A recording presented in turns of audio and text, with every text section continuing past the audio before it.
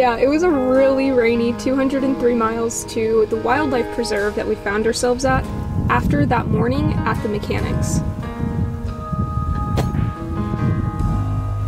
We took advantage of the break in the storm by throwing on those new license plates and checking out our new backyard.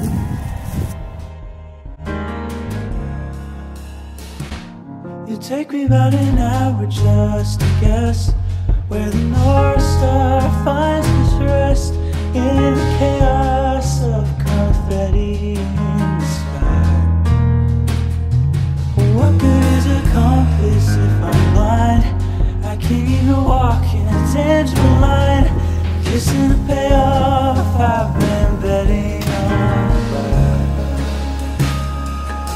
Fight fast until I break.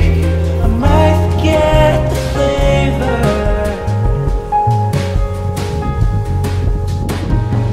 Twisting facts until they take on a message in my favor.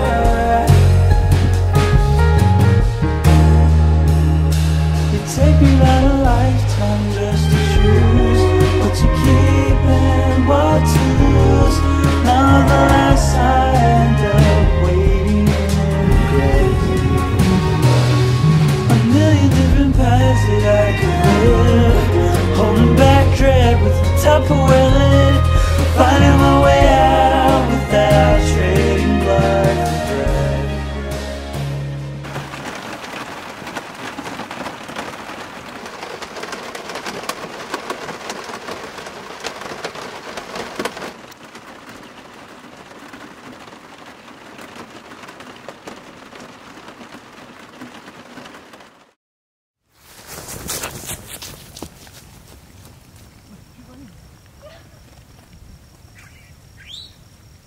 So, just a little morning update.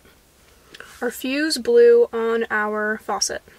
While I was trying to brush my teeth, the water stopped coming out of the faucet. So I went around back to check to see if the water tank was just empty, which would be really surprising, honestly, because would have been really surprising if we were out of water already, because we've only been here for 2 days and we have a tank of 30 gallons.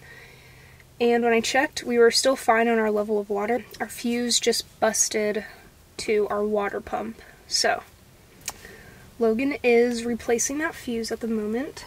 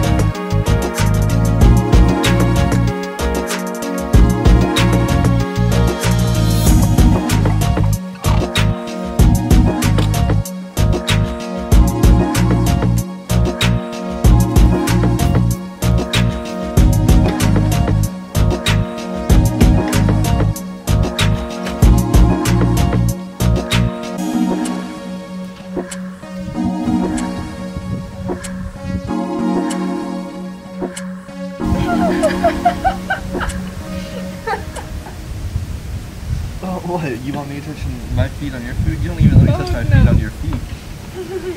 No. I know, so I get it.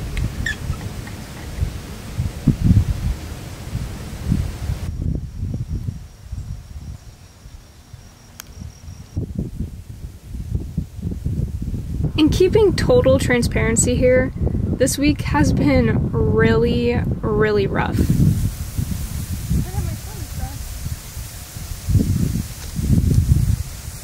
Why are you making fun of me?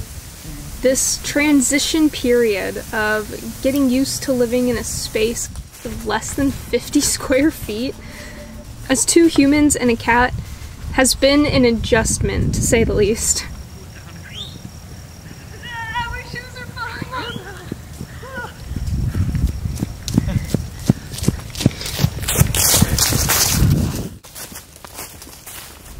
Not that I ever thought that this sounded easy.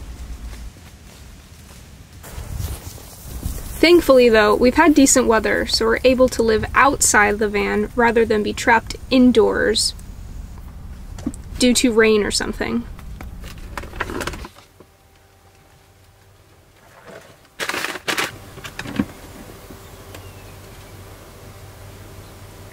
Don't go outside. People, you will get eaten. You are a snack to those little hawks. Well, you're a little snack to those big hawks, I mean.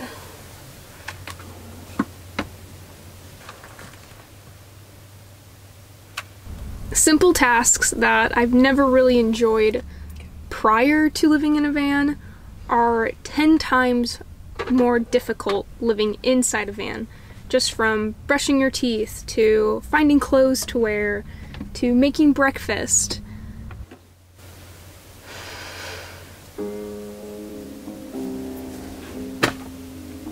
One of our biggest issues right now is actually our propane stovetop.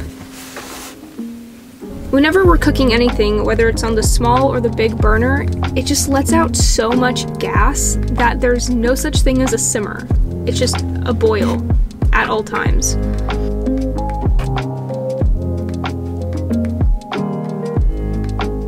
So yeah, we still have a ton of kinks to work out. And I think that's something that just kind of comes in practice. You know, you don't know what you don't know.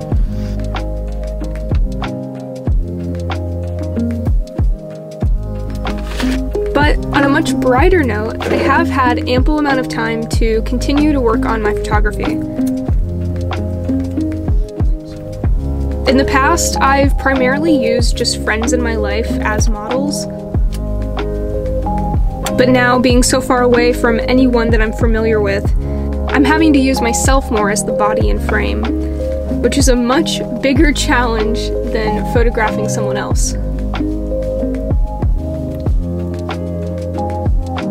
Thankfully though, they did have self-timers back in the 1950s, which is when my current medium format camera was made. But making sure that I have the correct depth of field and focus, in reference to where I'm physically standing, on top of setting my light correctly, just the constant changing of cloud coverage and whatnot, again, has made it more complicated.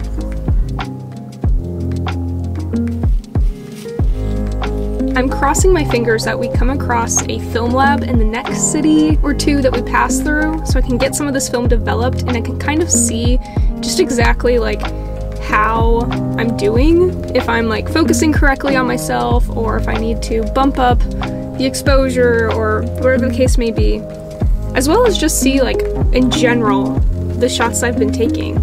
It's really hard just shooting and not being able to see the results at all, especially for weeks at a time. So it would be really ideal if we come across some kind of film development lab that has a turnaround time of a day or two at the most, but I'm not holding my breath. I was lucky enough to have a film lab so close to me when living in St. Louis, because I think the next closest one was out in Kansas City, which is about 4 hours or so. But I guess I took all of those trips to the camera shop for granted, not really realizing how lucky I was to have such a quick and fast relationship with my film.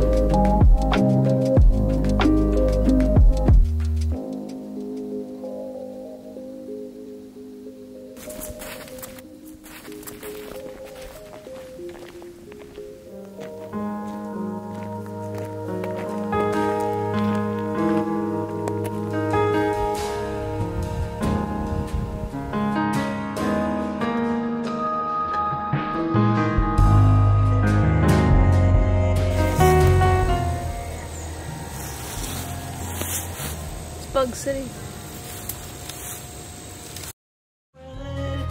Finding my way out without trading blood for bread. If I come crashing down